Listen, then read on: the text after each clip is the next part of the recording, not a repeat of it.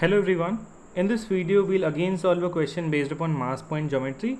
I already told you that mass point geometry is applicable in a question where we have a lot of ratios mentioned and the figure is formed of straight lines. Okay. So let's go ahead and solve this question. So in the given figure ABCD is a square. It is given that BP ratio PM is 4:1 and DP ratio PN is 3:2.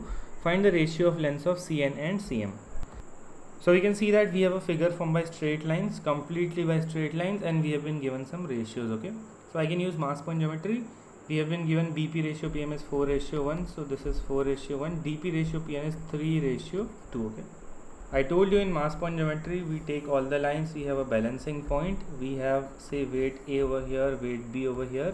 If the balancing point is O, then if I take this length as L, this length as K, then the weight at A and length L, so AL should be equal to weight at B into this length K, so BK. So that is how we'll solve this question. We'll do this balancing with every line. Okay, so we have ratio 3:2 over here. Okay, so I will take their LCM, which will be 6.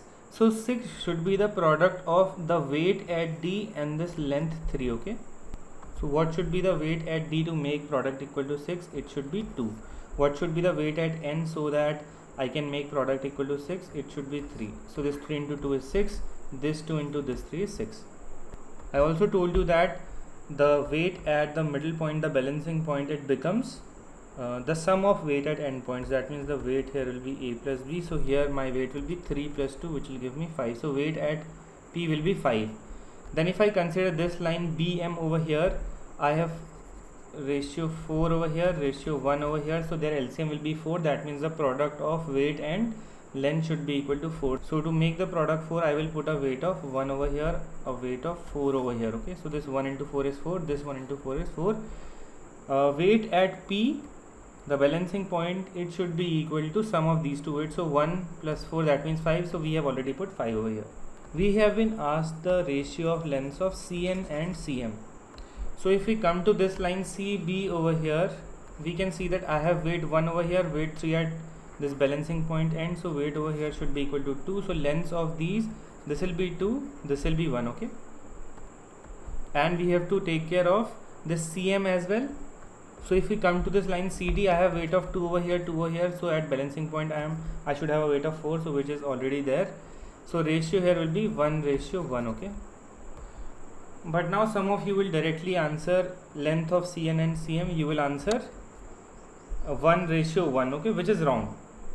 Why? Because these are only the ratios. Okay, you will never answer anything related to the ratios. So one very good clue given to us was ABCD is a square. That means this side, all the side of this figure should be equal. Okay, so since I have ratio 2:1 over here, I'll make it 2x and x. Okay, and here let me give ratio y and y. So if I take this length, this should be totally equal to 3x, 2x plus x, and this should be equal to 2y. Okay, so I can say 3x must be equal to 2y because it is a square.